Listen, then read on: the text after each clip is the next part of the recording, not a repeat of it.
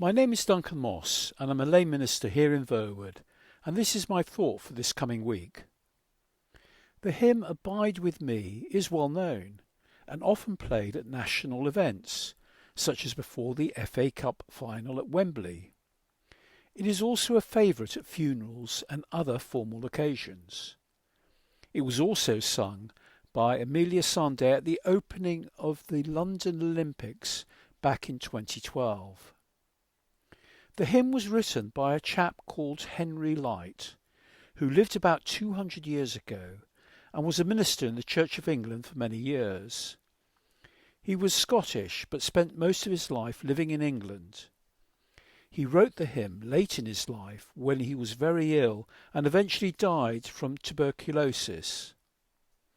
The word abide has had a number of different meanings over the centuries.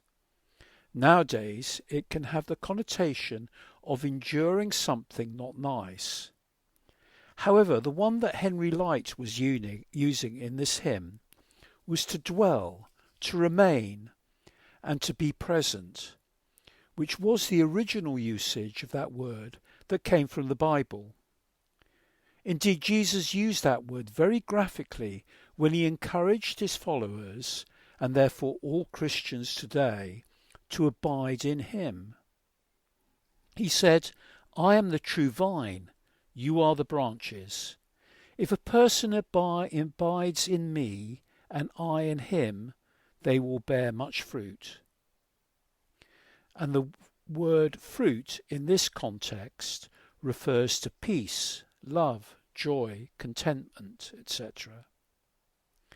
That is quite a statement to make by Jesus, suggesting that if someone spends time with him, remains with him, that they will receive those special blessings.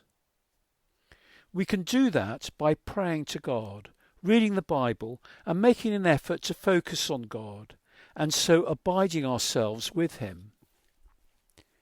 He said, "Abide in me, and I will abide in you." So the first step is made by us. He also said that no branch can bear its own fruit.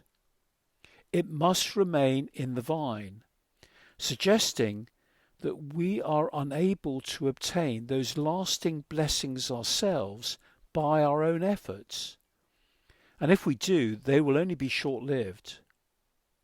What a promise to all of us. We must be thankful to him that he is offering to everyone alive a relationship, an abiding, a remaining, and it is up to ourselves to make the first step. But he also warned us at the same time, for he said, "If anyone does not abide in me, they are like a branch that is thrown away and withers." And we don't want that. In many churches up and down the country, the theme today is vines and abiding with God. And this piece of scripture will no doubt be read out, giving great encouragement to all those who are struggling at this time with all the world's issues and problems around the place. So, if you are feeling somewhat out on a limb and want to return to Jesus' vine, I encourage you to do so, and I am sure that he will help you and give you some of those blessings that he promises. Thank you for listening.